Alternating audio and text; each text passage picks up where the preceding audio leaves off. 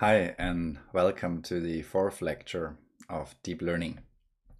Last time we talked about multi-layer perceptrons, the most basic form of feed-forward neural networks. And we've seen that even very simple ones, very shallow ones with just a single hidden layer, basically two-layer neural networks, are able to represent virtually any function. But we've also seen that this is not necessarily a good idea, and in order to have models that are both expressive while also being able to generalize well, we need deeper models that make use of the compositionality of computations and lead to more robust behavior. Today, we're going to continue talking about this basic form of feed-forward networks, multi-layer perceptrons. And we have a deeper look at output and loss functions, activation functions, and also data preprocessing and weight initialization, which are all very important in order to make neural networks work well.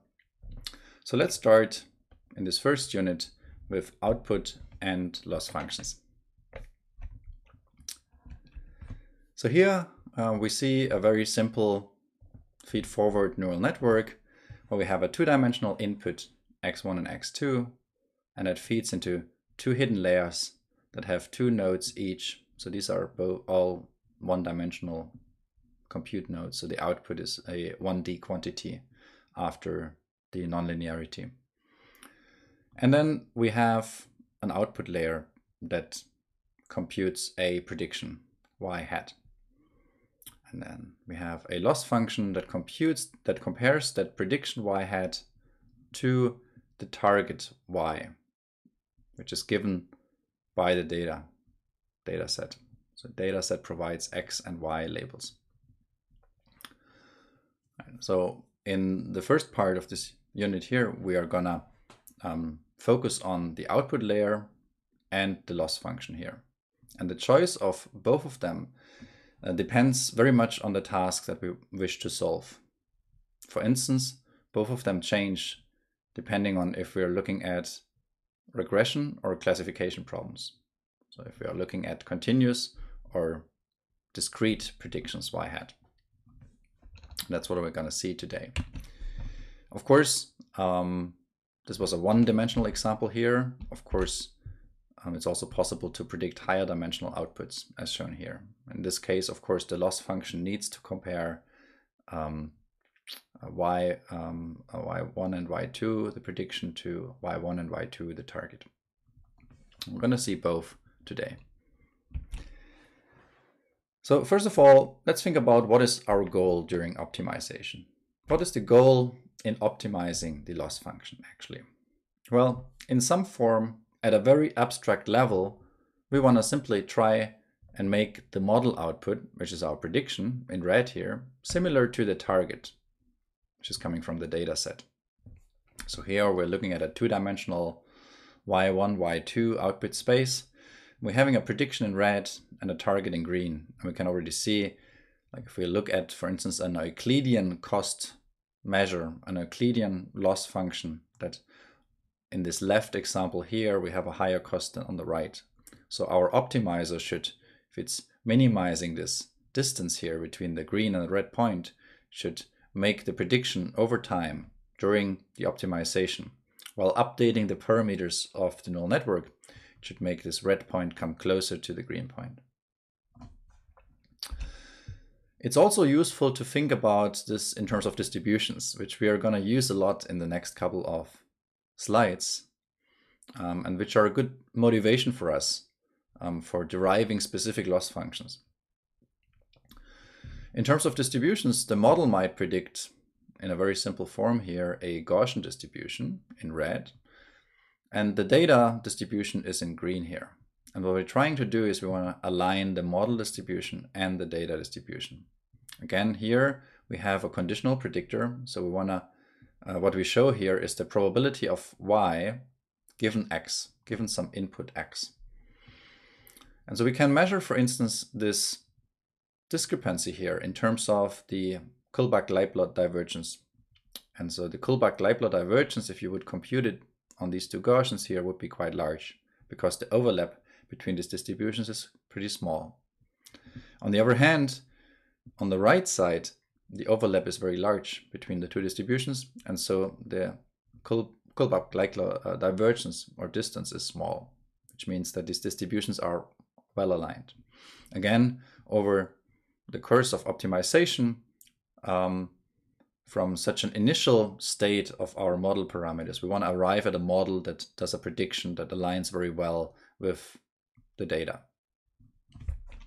So this is the goal of what we want to actually achieve during optimization.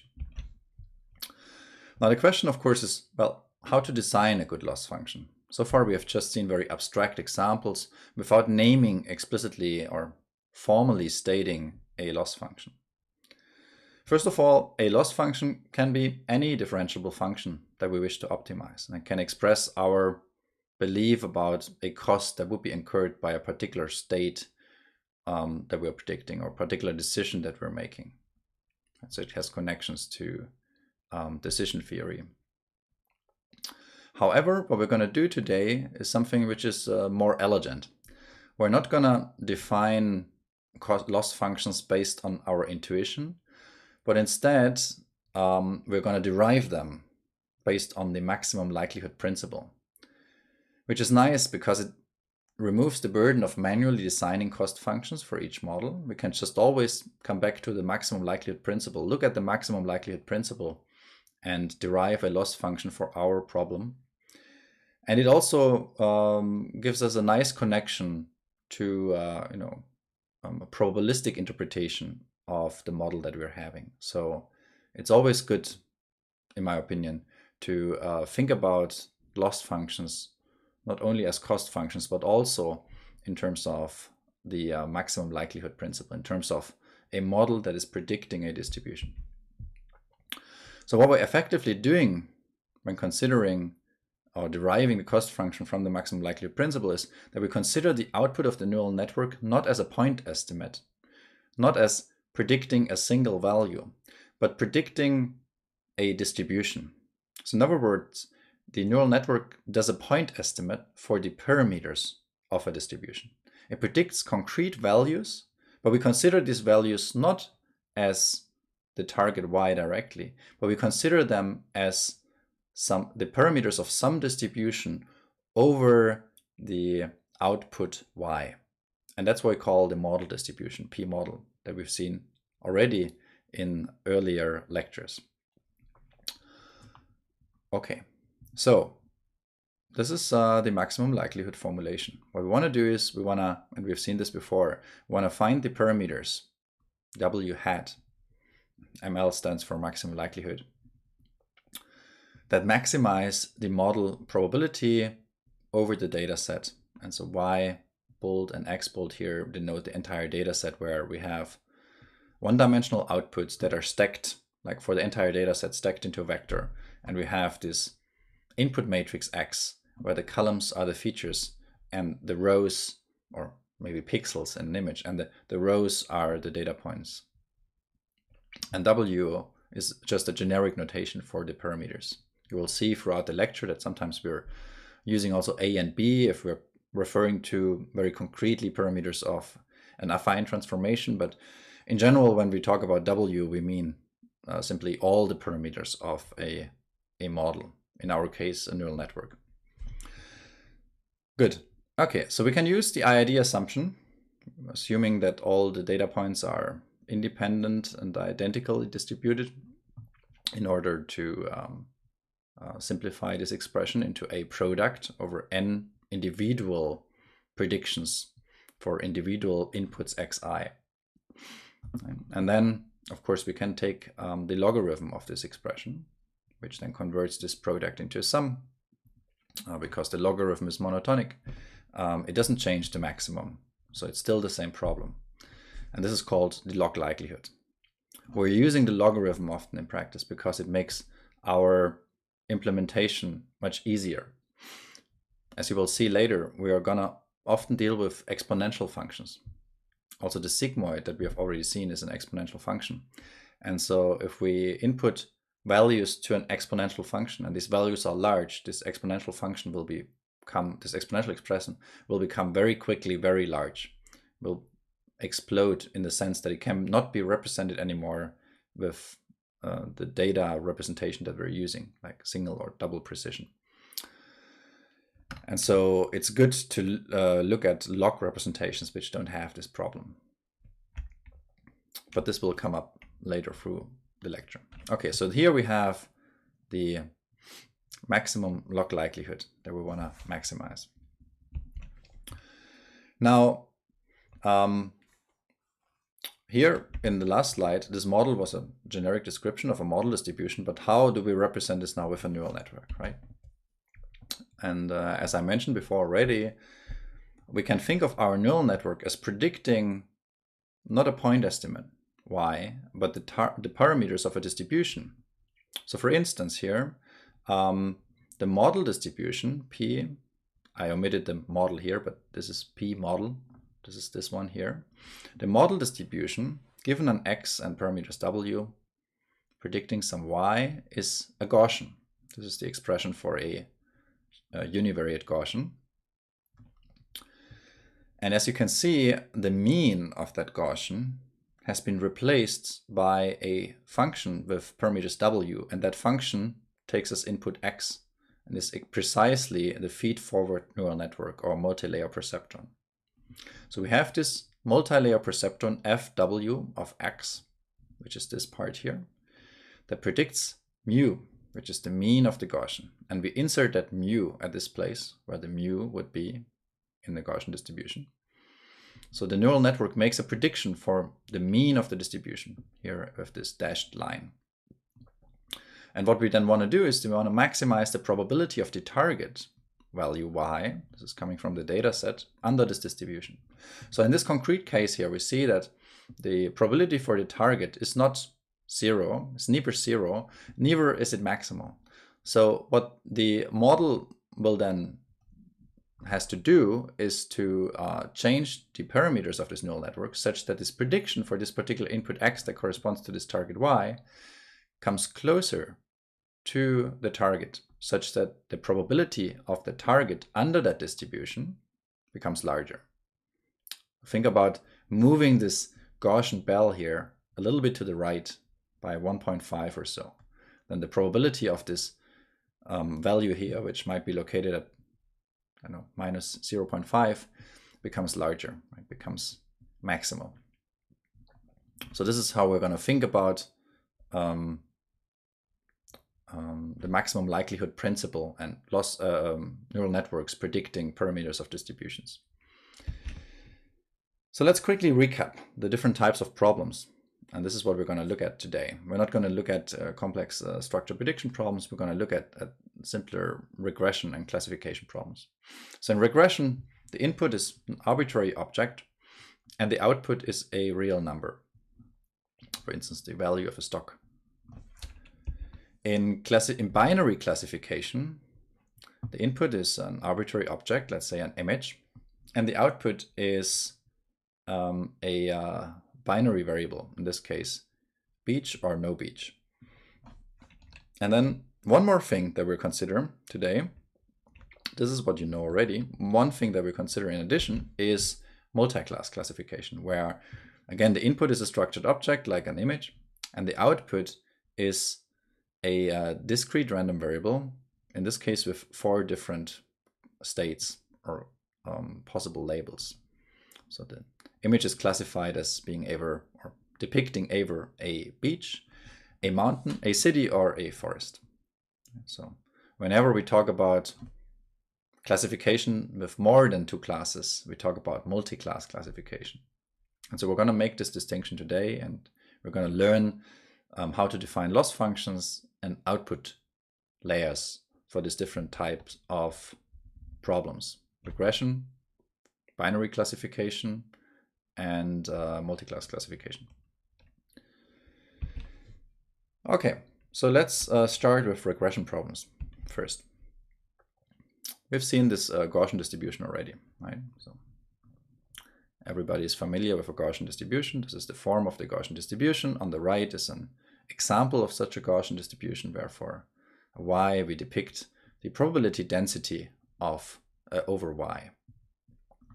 A Gaussian distribution is parameterized by a mean mu and a standard deviation sigma, or the variance sigma square. One characteristic of a Gaussian distribution is that it has fin tails, which means that the probability of y goes very quickly to 0 as we go towards plus or minus infinity with y, which means that if we go into this direction here, the distribution very quickly decays, and we are reaching a value that's very close to 0 very quickly. That means this distribution penalizes outliers strongly. What does that mean? If I have a data set of some points that are faithfully following a Gaussian distribution, let's say they are distributed around here, but I have one point that's distributed here. This means that this one point has a strong influence on the estimate of this distribution, because it will have extremely low probability if the distribution would focus only on what's called the inliers, what's the correct observations. Right? So if I have an outlier, an incorrect observation, that would basically influence the distribution a lot, and that's why we're going to talk about a different distribution also in the following slides that doesn't have this problem. But let's stay with the Gaussian distribution for a bit, and this is actually what we've seen already in the context of maximum likelihood estimation in the first lecture. But the only difference to the first lecture is that now we have a neural network that predicts the parameters mu. Not a very simple linear model, but now this is a arbitrarily complex nonlinear transformation, MLP, let's say. So we assume the model distribution is a Gaussian where the MLP, or the feed-forward network, predicts the mean of that Gaussian distribution, and sigma is just kept constant to some constant value. Doesn't actually matter which value. Then we obtain, as we have seen in the first lecture already, if you go through these equations, like here in the first equation, so this is basically the maximum likelihood objective, or maximum log likelihood objective.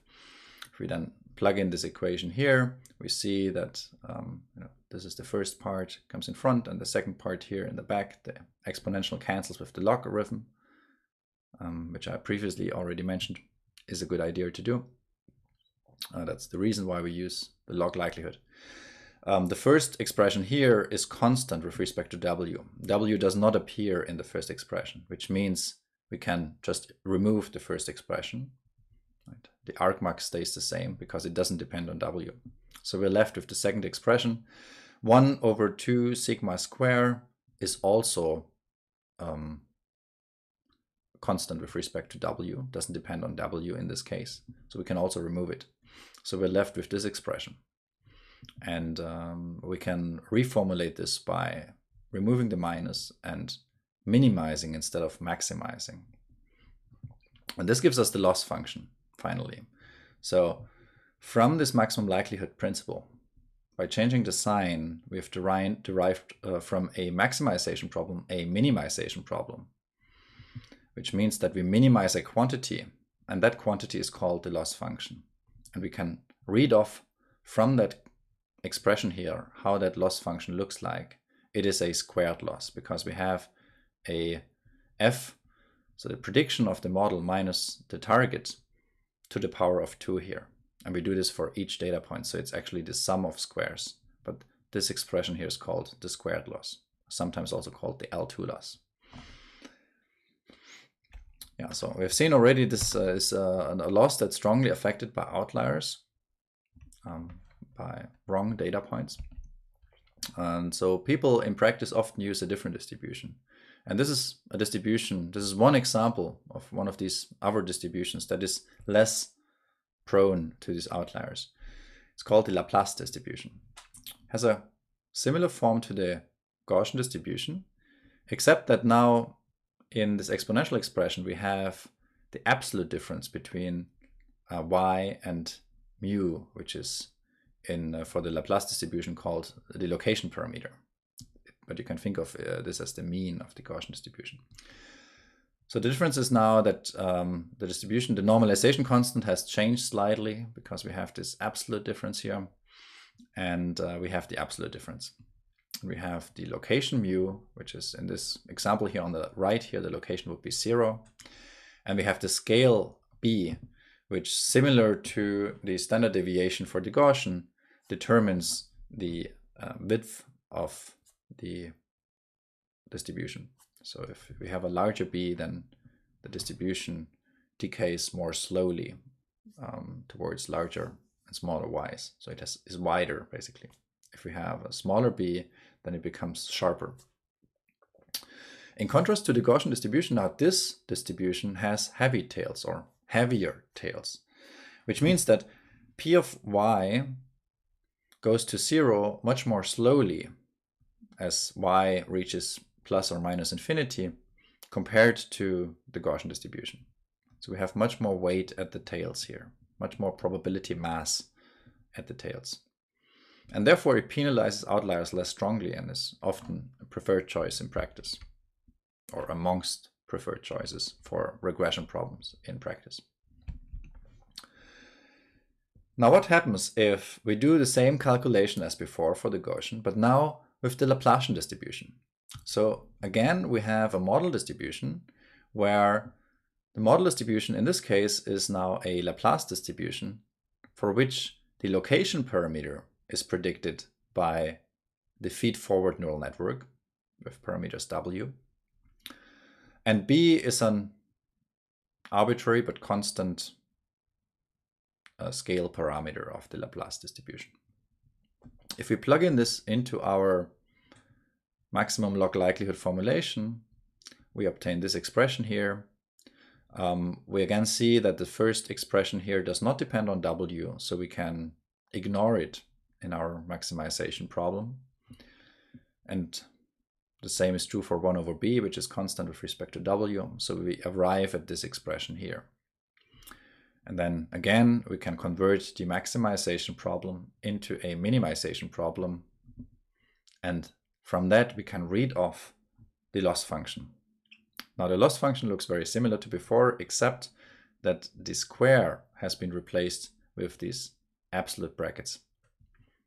In other words, we minimize the absolute loss, or in other words, the L1 loss, which is more robust than the L2 loss we've seen before.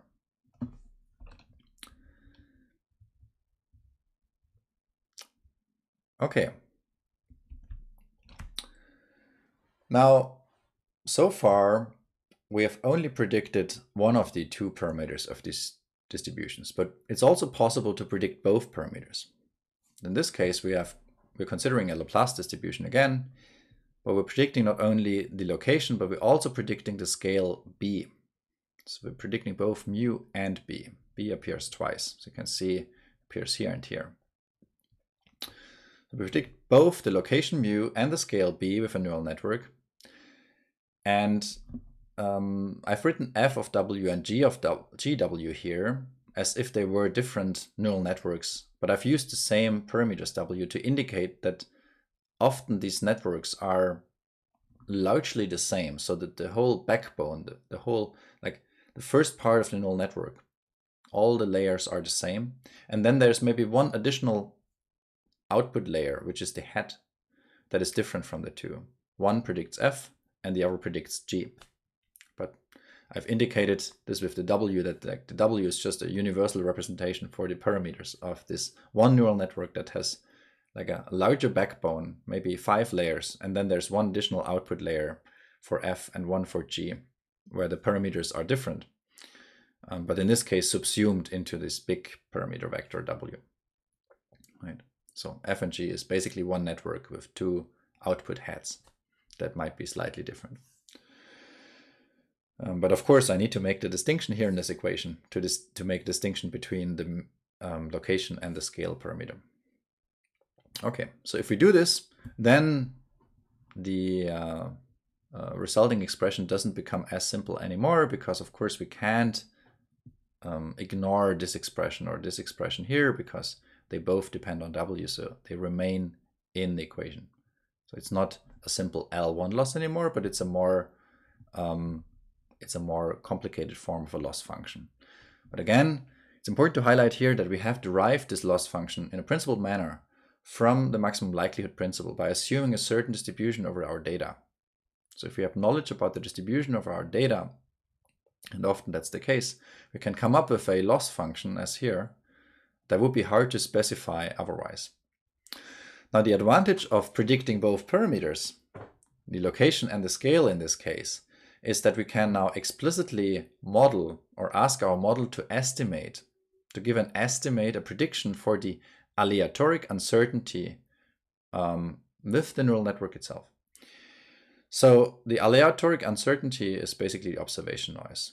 There might be an observation where from that observation, it's simply not clear what is on that image. Let's say you're looking at images of animals, but for some reason, the lens has been covered or it was dark. And so it's really hard to see the animal. Even as a human, it would be hard to tell, is it which animal it is. In this case, it's actually a regression problem. So maybe animal is not a good example. So it should be, if we stay, with making measurements from an image, let's say predicting the height of some object. If the image is too dark, it's maybe hard to see. And so we want to predict, or we have the advantage of predicting now also this uncertainty by predicting the scale parameter. If the scale is large, this means we have high uncertainty. The distribution will be very wide.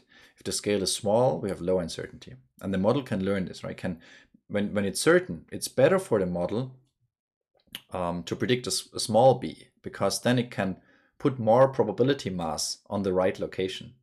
But if from the input it's not exactly clear what it is, it's not a good idea to have a small b, because if the distribution is too narrow and we're slightly off, we'll have a very low probability for the target y because we're slightly off. That's the intuition behind this. So the model itself can now trade off the location and the scale. And that's also the reason why this scale parameter appears twice. It appears here in this term and it appears here in this term. Here's an example where this, another example where this is useful. In this case, this is a classification problem. We're trying to predict a category for each pixel, but you can also think about predicting depth values for each pixel from a single image. And often it's very hard to make exact predictions at boundaries, because at boundaries we don't know what is exactly the object class, because it could be that a pixel is either on the foreground object or it could be on the background object. And similarly for the depth, it's hard to tell at the boundary, is it the foreground or the background? And so in this case, the model has accurately captured this by predicting high uncertainty or a large scale parameter. If we will be looking at the model before, at boundary regions, which you can see on the right. Okay. Finally, if we're talking about regression, we're talking about distributions, then all the distributions that we have looked so far at are unimodal, which means they cannot represent multimodal data distributions. Let's say maybe if you want to make a depth prediction, then you have a multimodal behavior or multimodal prediction they want to make, because well, at the edge of an object, you don't know exactly if that pixel belongs to the foreground or the background, but you're pretty sure it's either or. It's either the foreground or the background. So it's if you would just have at your disposal a Laplacian or a Gaussian which has a single mode, a single peak, then it's hard to express this. But you can model mixture densities as well. So here's a mixture model. In this case, a mixture of two components. It's a simple Laplacian distribution that is now added over the number of components. So we have now a prediction for the location and for the scale for all the m components. In this case, big M is 2. So we make a prediction for the mean and the scale of both of these distributions, and then we sum them up and we weight them relative to each other with this. This is another prediction from the model, actually. Or it could also be fixed. So this is, in this case here, it's fixed. So it's another parameter that is between 0 and 1 and sums to 1. It's called a mixture density network with, in this case, a mixture of Laplace distribution. Okay. So what we haven't talked about yet is like what should actually be the output layer when we're tackling regression problems. The hidden layers, so far we have discussed a simple combination of affine transformation plus some activation function, a sigmoid activation function, and in the following unit we will get to know more activation functions. But what should be the output layer? Well, of course the output layer is also a combination of its inputs, so we have an affine transformation. But if the output, for most of the outputs, like let's say we want to predict the mean of a Gaussian distribution, which is within, which lies on in the real numbers, in the space of real numbers, then this output layer is only a linear layer. So we have an affine transformation and nothing else. There is no activation function, or if you wish, there is a identity activation function, a linear activation function. But there's no nonlinearity required because the linear prediction is already going into the right space. It's already going into the space of real numbers. We don't need to do anything else.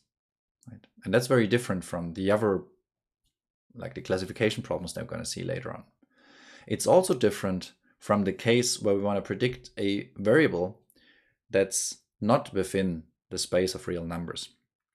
Let's say we want to predict the scale parameter of the Laplace distribution, B. The scale parameter, or also the standard deviation parameter of a Gaussian distribution, are in R+. They cannot be negative. They can only be positive. Therefore, we need to use an activation function here on top of the linear layer in order to squash the range, the output range, to R+. And we can, for instance, use a ReLU that we're going to see today, or a soft plus function. These are all squashing functions similar to the sigmoid. The sigmoid is a squashing function that squashes from the real numbers to 0 and 1. But in this case, we want to squash to 0 to infinity. And you can use the ReLU or the soft plus to do that. But not the sigmoid, because it squashes to 0 and 1. Right? So this is the output layer for these regression problems that I've showed on the previous slides.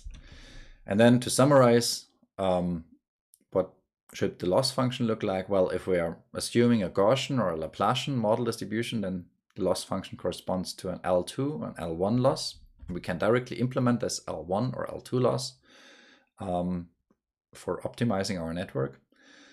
But it's also possible to predict the uncertainty, for instance, the variance in the scale, or multiple modes using a mixture density network, MDN in short. So this was all I wanted to say about regression problems. We're now going to move on to classification problems. In classification, and this is the exercise 2 that we're going to see in that we're going to work on in the next 2 weeks. We are interested in predicting a discrete outcome, either a binary outcome, as we have done in the first exercise. We have tried to classify from the MNIST dataset ones from 8s. But we might also have a multi-class classification problem where we want to classify into 10 different numbers, these 10 different MNIST digits from 0 to 9. So here are 2 examples of each number.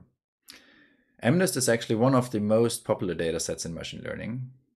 And despite its simplicity, or maybe because of its simplicity, there's a huge number of variants, and it's still in use today, even for research. It's based on the data from the National Institute of Standards and Technology, and it comprises handwritten digits by census employees and also high school children.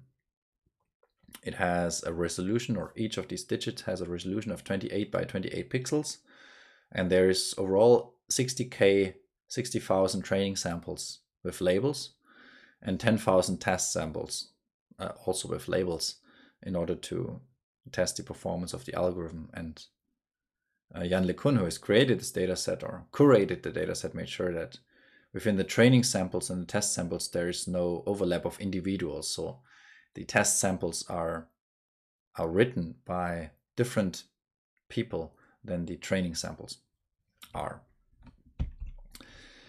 Now, one more word about the curse of dimensionality. And this is an interesting one. If you look at the space of all possible images, and we're just talking about these tiny little 28 by 28 pixel MNIST digits, there exists, and if we would assume these were binary images, actually they are not, they are grayscale. If they would be binary images, there exist 2 to the power of 784 different images that we could generate. This is the overall space, the size of the space that we could generate. In other words, these are 10 to the power of 236. If we consider MNIST, which is actually grayscale, we would have even 256 to the power of 784 combinations. It's truly impossible to enumerate all of these possible images. The image space is insanely large. It's much, much larger than all the atoms we have in the universe. So it's impossible to enumerate the entire space. And the question might arise, why is image classification with just 60,000 labeled training images then even possible?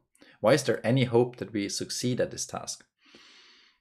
And the answer to this is, well, the images are concentrated on a low dimensional manifold in this very high dimensional space. And that is why we don't need to search through the entire space, but there's only like a very small fraction, a tiny fraction of this extremely large space that looks like realistic images. And from those, there's just a tiny fraction that looks like digits. And from those, there's just a very tiny fraction that looks like handwritten digits. So we're living on a very small manifold of this high dimensional space, or within this high dimensional space. Okay, so now let's go back to classification. One thing we've already looked at is the Bernoulli distribution, and we're going to start with the Bernoulli distribution again. The Bernoulli distribution is a distribution over two classes. So we're looking at the binary classification problem for now. It can be written as such here. So the probability of y can take either 0 or 1, is mu to the power of y times 1 minus mu to the power of 1 minus y. And mu is the probability for y equals 1, right? So if y equals 1, then this term goes away. This is something to the power of 0, so it becomes 1. And we are left with mu. And that's why mu equals 1, or mu is the probability for y equals 1. And it handles two classes. For instance, we want to distinguish cats from dogs. Here's an example for such a distribution. In this case, the probability for class 1 is higher than the probability for class 0. And of course, they must sum to 1. So one is 0.7, the other is 0.3. They sum to 1. Now, we can do again the same thing that we did before. We can put this Bernoulli distribution. We can assume the model distribution as a Bernoulli distribution and put this into our maximum likelihood estimator, which I've shown here, maximum log likelihood estimator. And as we already know, what happens then is that the loss function that we derive from this is the binary cross entropy loss function that we already know. In other words, maximizing the log likelihood where the model distribution is Bernoulli is equivalent to minimizing the binary cross entropy loss, which is minus y log f minus 1 minus y log 1 minus f.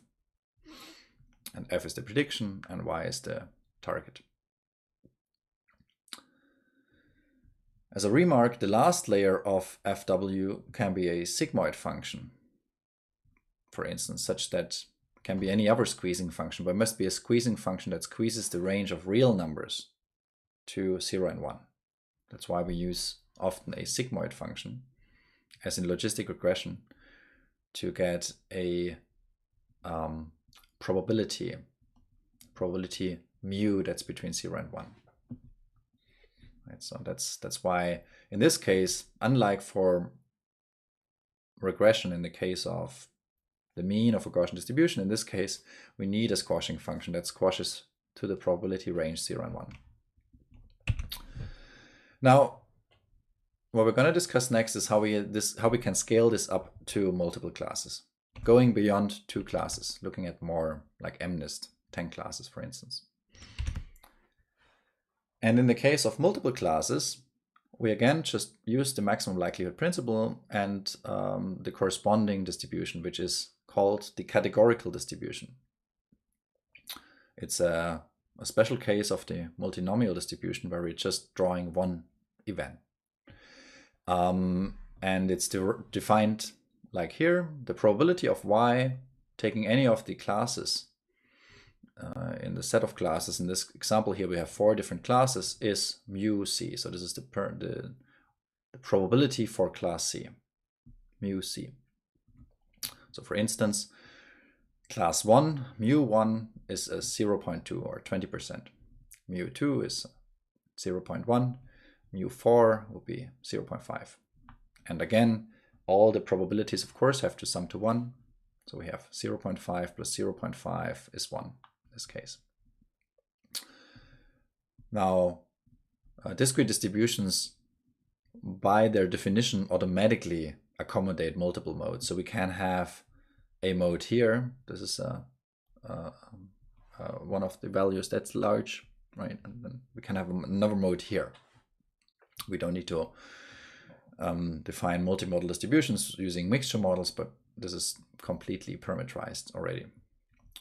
Now, what we're going to look at in this class is at an alternative notation to this notation. While this looks like a convenient notation, this indexing notation is not convenient for many machine learning problems. What we're going to do instead is we're going to consider this distribution here as a distribution not over a one-dimensional categorical variable, but over a vector y, which is a one-hot vector that's containing elements of 0 and 1. So each element of this vector, the length of this vector is the number of classes, so 4 in this case, and each element of this vector is either 0 or 1. But the sum of the elements is 1, which means that only one of these elements can be active. This is why it's called a one-hot vector. One class is hot. So, for instance, we would represent the class 2 as 0, 1, 0, 0. So we have an element 1 at the second entry of the vector and zeros everywhere else. Now, with this definition, we can rewrite this expression like this. We have the probability now over a vector, which is this one-hot vector. And now we can use a product over the C classes, C equals 4 in this case, where we have mu C to the power of yc.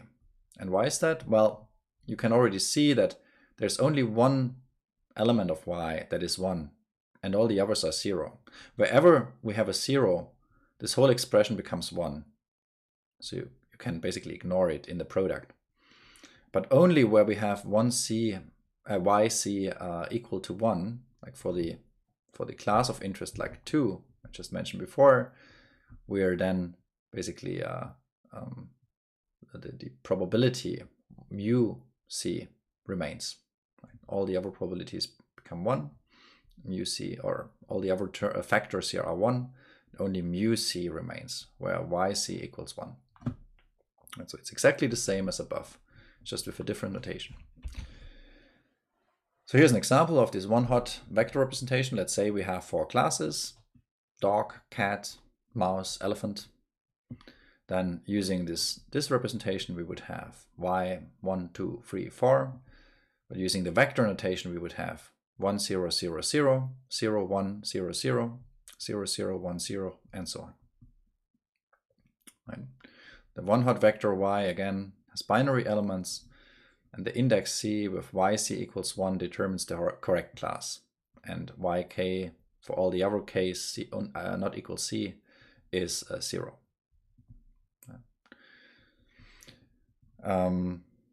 This vector has an interpretation also as a discrete distribution, where all the probability mass is concentrated at the true class. So here, if you consider this as a histogram, as a distribution, then we say with probability 1, this is a dog, and with probability 0, it's a cat, and with probability 0, it's a mouse, and so on. Or here, with probability 1, it's a cat, and with probability 0, it's a mouse, elephant, or dog. Right? So it's a nice viewpoint of thinking about this vector as a discrete distribution, representing a discrete distribution.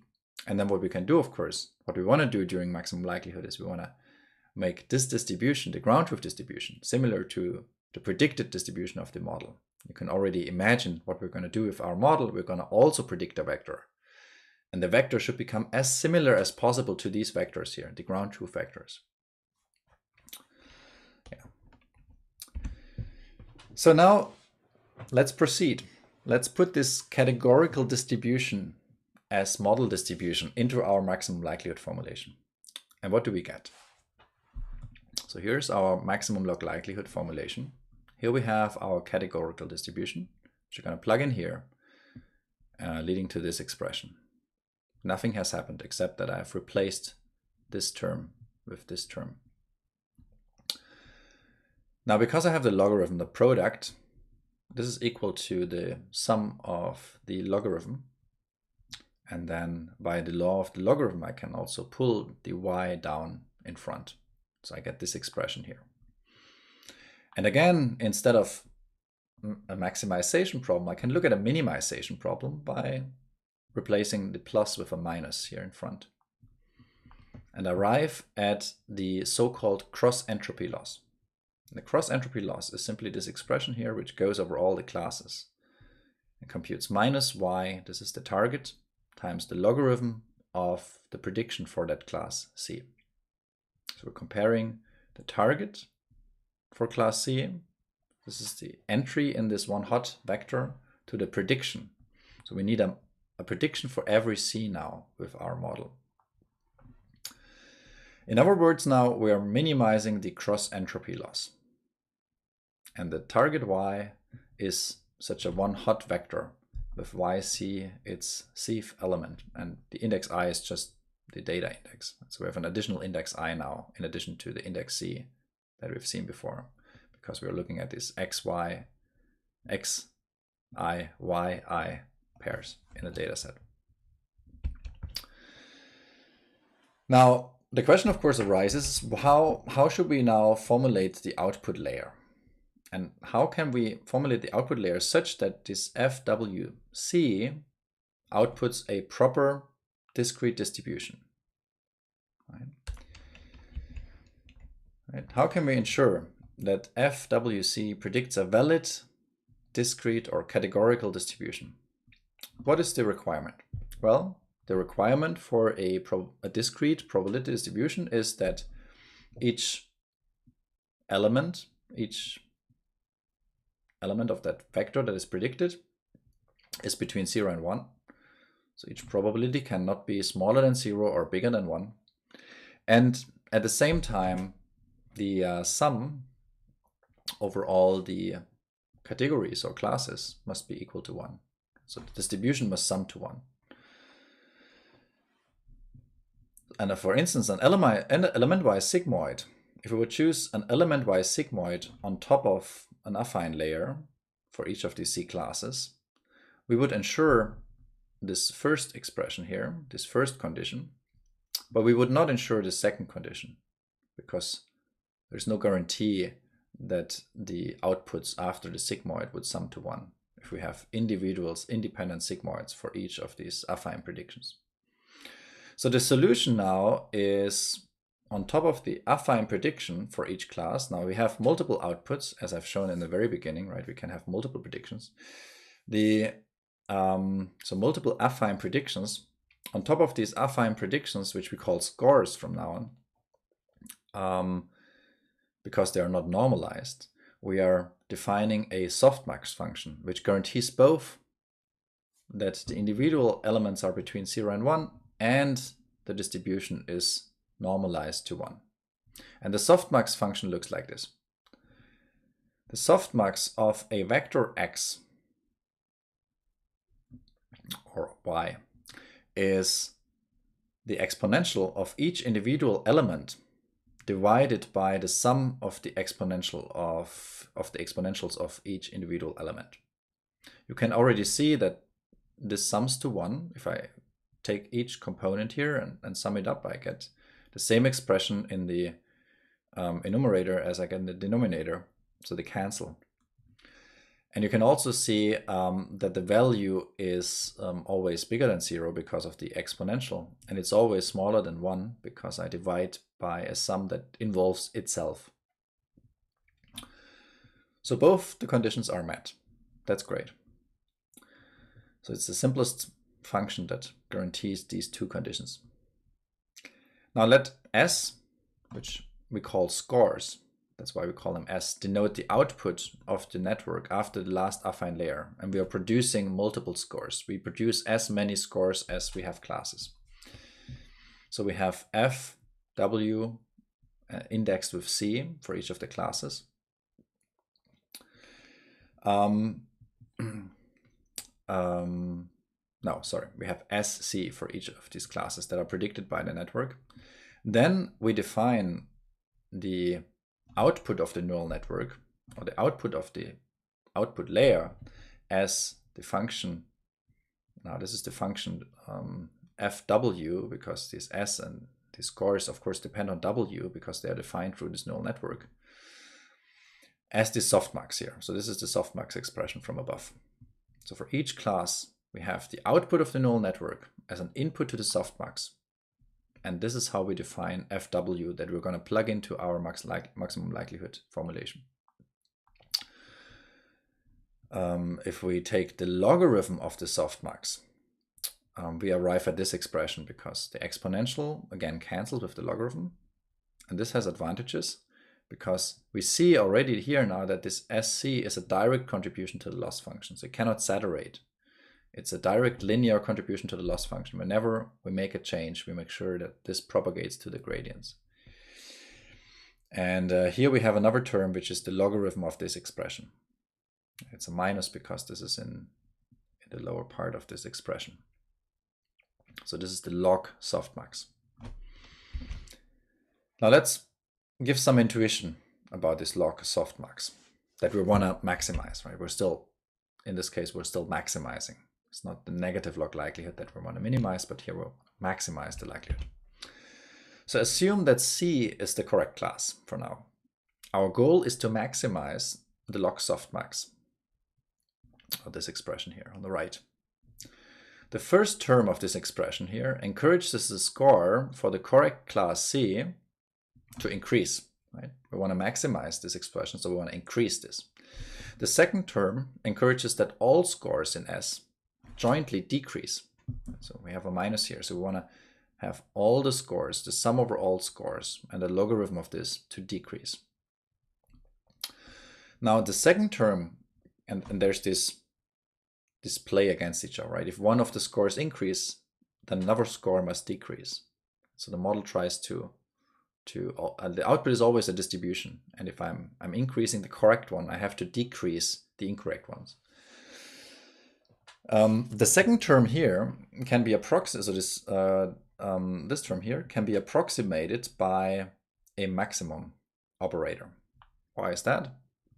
Well, all of the terms inside this sum here are insignificant for almost insignificant, because we have an exponential. So these are very large numbers. So if I have an S that's a little bit bigger than the other S, this is going to dominate the entire sum. So all of the other S's are going to be insignificant in this expression. which means that we're left with almost just the maximum score. And if I'm looking just at one term here, the maximum, then the logarithm and the exponential would cancel, right? So, and I'm arriving at the maximum term. This is the intuition behind why this is roughly the maximum. And we're going to see an example on the next slide. So the second term can be approximated by the maximum over the indices k of sk. Therefore, and this is the intuition here, the loss always strongly penalizes the most active incorrect prediction. Right?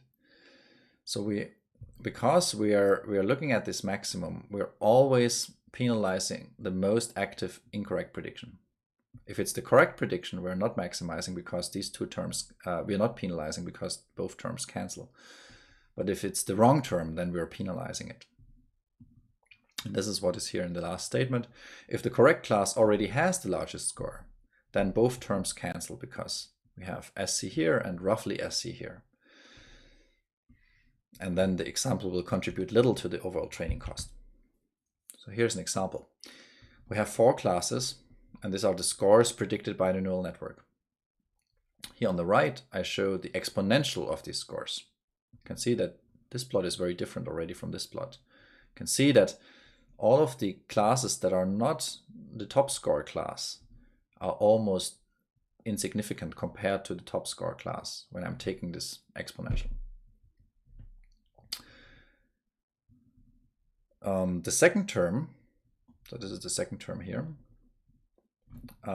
becomes, in this case, logarithm of this expression is 4.06. Right, so if I compute the second term over this here, I get 4.06. So it's basically the sum over this and taking the logarithm. And this is very similar to the maximum of the scores, right? 4.06, compare this to the maximum, which is 4, it's very similar. And this is this statement here, just in a visual explanation. So now let's assume for a second that C equal 2 would be the correct class. If 2 would be the correct class, and our model would predict these scores, we would obtain the following log softmax. So we would obtain SC, which is 1, minus 4.06, which is minus 3. On the other hand, if the correct class would be the class number 3, we would obtain SC, which is 4, minus 4.06, which is roughly 0. You can see that we have a much larger value if the correct class corresponds to the class where we have assigned the highest score with our neural network. And it has a much lower value if we didn't assign the correct class. Like if the correct class would be 2 and we're assigning 1, but 4 to class 3. Okay. Now, I want to briefly talk about the connection of softmax to the sigmoid function and about overparameterization. As you might have noticed, requiring this constraint that the distribution must normalize to 1 is effectively removing 1 degree of freedom. So we wouldn't even need to predict C categories. It should actually be a C here. C minus 1, C equals 2, so this is the categories. But it would be sufficient to predict C minus 1 categories, because the last one we would know must be the sum over the first, like 1 minus the sum over the first. And this is true. So for instance, we can consider this example here where we have 2 categories and we fix 1 degree of freedom. Let's say we fix the second one to 0. So then the softmax becomes, this is the softmax for these 2 categories here. The softmax becomes, well, if we fix x2 equals 0, we have a 1 here, and we have a 1 here and a 1 here, because x of 0 is 1. Now we can rewrite this expression as this expression by dividing by x of x1, and we can rewrite this expression as this expression as well. And what you see here now is that this first expression here is exactly the expression for the sigmoid function that we have defined in the second lecture. So you can see that we can derive the sigmoid function from the softmax function by fixing 1 degree of freedom and assuming 2 classes. Right. So what this means is that the softmax is effectively a multi-class generalization of the sigmoid function. Now the question, of course, remains is what is better? Is it better to always predict the number of classes as scores, or should we just predict 1 score less and calculate the remaining one? And the answer to this is, in practice, it doesn't make a big difference, and it's often simpler to implement to just predict this overparameterized version, to predict all, let's say, 10 values, all 10 scores for MNIST, and apply the softmax to it, because the softmax takes care of the normalization. Yeah. Another comment I want to make is that the name softmax is actually a bit confusing, and soft argmax would be more precise, as it is the softmax is a continuous and differentiable version of argmax, if you think about it, in a one-hot representation. So here on top we have the softmax example again, and on the bottom we have an example with 4 classes. So here, this is the example from before where we have the scores. If we compute the exponential of these scores, we get this distribution. If we compute now the softmax, which is this exponential divided by the sum over all exponentials, we get this. It's exactly the same. It's just the normalization changes, so the y-axis here changes, as you can see, such that now if I would sum overall classes, I would get 1. And if I compare this now to the one-hot encoding for the category 3, you can see that they are almost the same. And that's why the softmax is kind of a continuous and differentiable and soft approximation to the argmax. In this case here, the argmax would be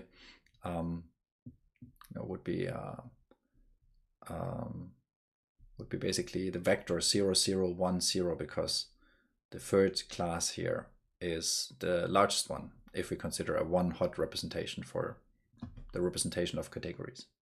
And this is what is shown here on the right. Okay, good. So we've seen that the softmax responds to differences between inputs. One thing to note is also that the softmax is invariant to adding the same scalar to all of its inputs. In other words, the softmax of x is equal to the softmax of x plus c. And we can therefore derive a numerically more stable variant of the softmax, which is the softmax of x equals softmax of x minus the maximum of all the elements. So for all of the inputs here, we are subtracting the maximum of all the inputs or scores to the softmax.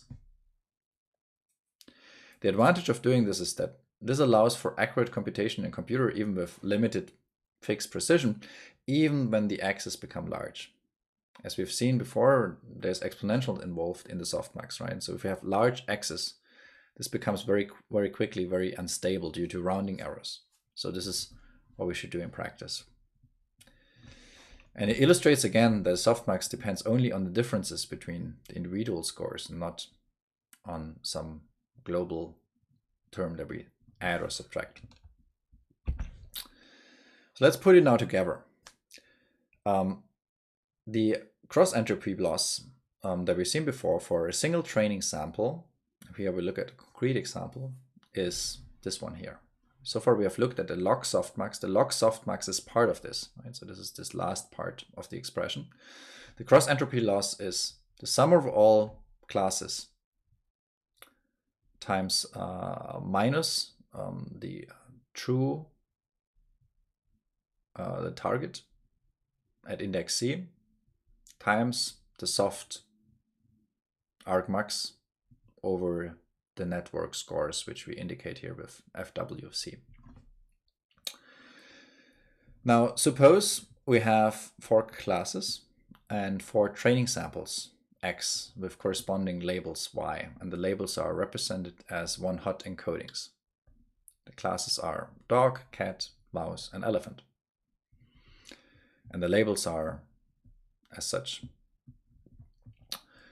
Then let's suppose we have a model that makes the following predictions here, as shown here. So for each of these classes, it makes, or for each of these inputs x, it makes these predictions. You can already see that for the first one, it does a good job. For the second one, it's kind of uncertain.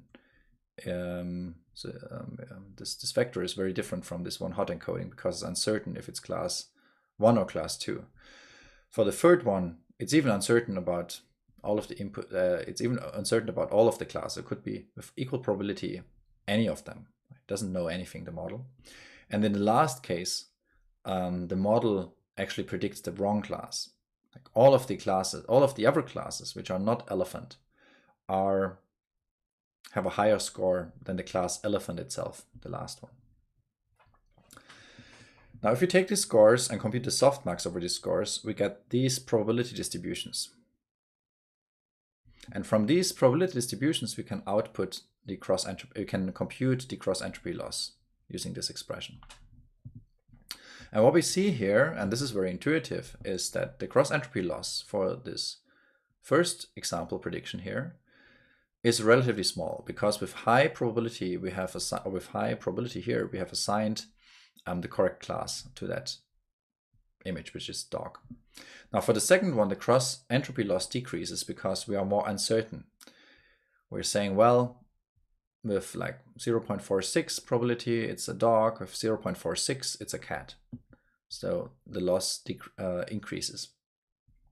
In the third example, it's increasing further because we're even more uncertain. Now all of the classes have the same probability. And in the final example, we're making the wrong prediction. So we're assigning very low probability to the class elephant and high probability to, for instance, the class dog and mouse. And so the cross entropy loss in this case is highest, which is quite intuitive. Yeah, so if this would be a mini batch in our gradient-based stochastic gradient descent optimization algorithm, then clearly the sample 4 would contribute most strongly to the loss function, right? Sample 4 would have the highest loss, and the gradients would be strongest in trying to turn this sample around and making the incorrect prediction correct. Yeah, so to summarize, what is the output layer and what is the loss function for classification problems? Well, the output layer, in the case of two classes, we can either predict one single value and use a sigmoid and just take like 1 minus the probability for the other class. Or we use an over-parameterized representation and predict 2 values and then apply a softmax to it to get a normalized distribution over these 2 values. For C more than 2 classes, we typically predict C scores and then use the softmax nonlinearity on top. And for the loss function, in the case of 2 classes, we have the binary cross entropy loss, which is really just a specialization of the cross entropy loss, which we use for more than 2 classes.